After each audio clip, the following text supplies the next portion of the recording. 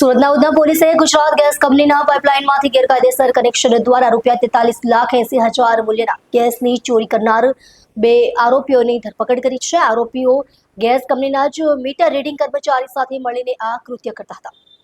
ઉધના પોલીસે ગેસ કંપનીની પાઇપલાઇનમાંથી ગેસ ચોરી કરતા 2 ઇસમોને ઝડપી પાડ્યા છે। આરોપી વિશાલ કુમાર મહેશકુમાર પટેલ દ્વારા શિવકૃપા ઇન્ડસ્ટ્રીયલ ભાટેના ખાતે 2007માં ગેસ કનેક્શન લીધું હતું, જે 2022માં ગેસ વપરાશના આધારે બંધ કરવામાં આવ્યું હતું। ત્યારબાદ આરોપીએ ગુજરાત ગેસ મીટર રીડિંગ કર્મચારી શરદ યશવંત મકનક સાથે મળી ગેરકાયદેસર રીતે પાઇપલાઇનમાં કનેક્શન જોડ્યું હતું।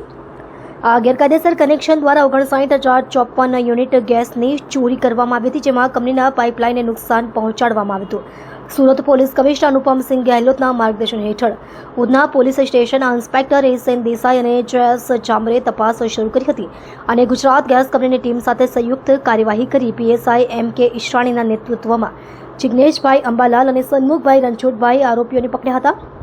આ અંગે ફરિયાદ ઉધના પોલીસ સ્ટેશનમાં દાખલ કરવામાં આવી હતી।